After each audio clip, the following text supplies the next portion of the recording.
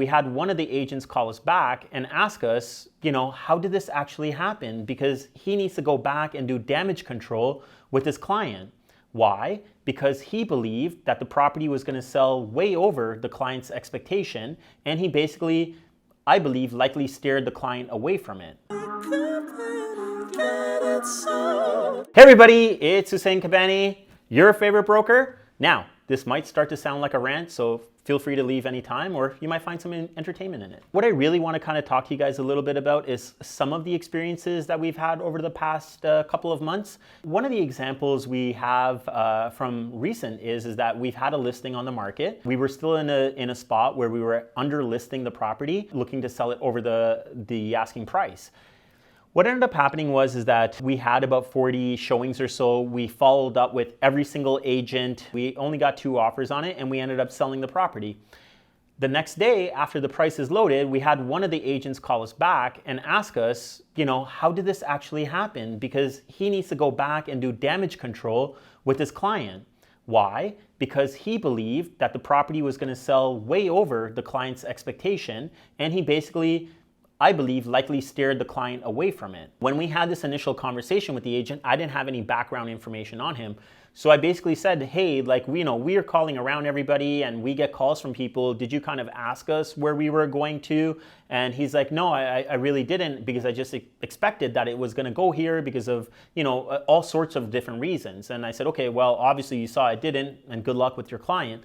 Then we went back and we looked at our feedback log, and we had a chat with this agent, and we have notes about this. And basically his feedback is that, my clients just started looking, they're just dipping their toe in this, they're not ready to make an offer.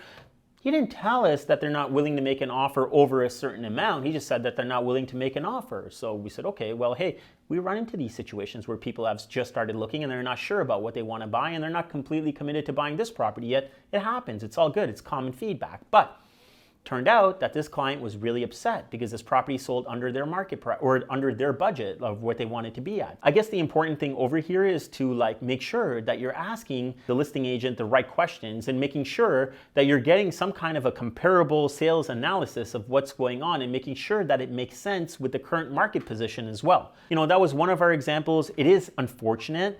Even for our seller's side, it's unfortunate because, our sellers probably would have got a little bit more money for this property, and that buyer would have got the property that they wanted. So it is kind of an unfortunate thing on both sides. It happens, but I think the right thing here is to ask the right questions and making sure of kind of, where the market is and where it's going. In my opinion, it is pretty straightforward and easy research to do. It's a matter of picking up a phone and asking the right questions. We've had other examples as well very recently with a client where, they think that they know a lot more than the agent that they're working with. And, they're speculating and throwing out high numbers on their own property when, an agent is telling them, no, it's not really going to trade for this because of this, and this reason. But their belief is so strong about their property that they're willing to gamble on it. And I think that's where we start to become with problems as well. So this all leads me to, you got to be actually working with an agent that you actually trust. And trust has to work in a two-way system here, okay? You got to be able to trust the agent that you're working with to openly tell them what is happening. And the agent has to be very open with telling you what's actually happening as well. Because you guys have to be able to exchange the right information to get the right result at the end of the day. If a client is holding back from me on what their actual intentions are, what they're thinking of doing, it's really hard for me to help them. My approach to actually, even when I'm on the selling side of listing somebody's property, at the end of the day, guys, we know that commission is a certain percentage of the selling price.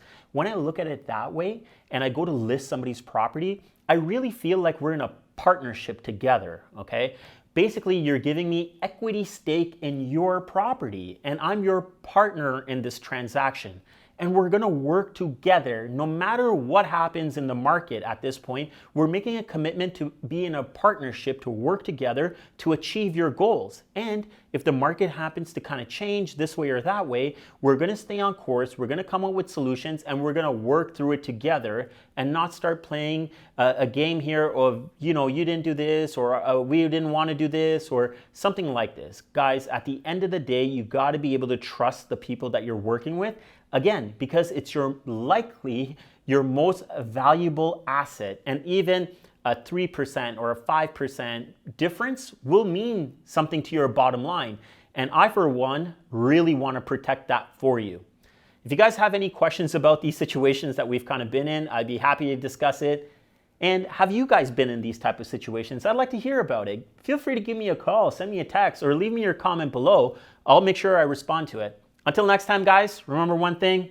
Get Kabani, you're going to make sure you get sold. Sell it, sell it, sell it, sell it, sell it, sold. Sell it, sell it, sell it, sell it, sold. Sell it, sell it, sell it, sell it, sell it, sold.